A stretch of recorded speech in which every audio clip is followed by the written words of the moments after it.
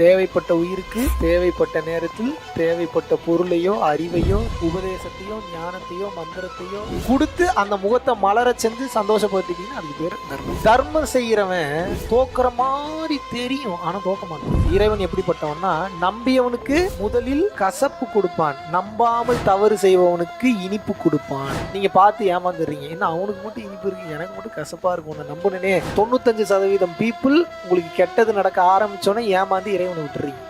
ஆனால் உங்களுக்கு தெரியாது, இறுதியில் கசப்பு தான் மருந்தாகும், இனிப்பு மாபெரும் விஷமாகும். யார் ஒருவர் தனக்கு நடக்கக்கூடிய கஷ்டங்களை, அந்த கசப்பை ஏற்றுக்கொள்ள தனது மனதை திடப்படுத்தி பக்குவப்படுத்தி கொள்கின்றார்களோ அவர்களுக்கு இறைவனின் பரிபூரண அருள் கிடைச்சிருச்சுன்னு அர்த்தம். நல்லவங்களை ஆண்டவன் சோதிப்பான், கைவிட மாட்டான். கெட்டவங்களுக்கு ஆண்டவன் நிறைய கொடுப்பான், ஆனா கை விட்டுடுவான்.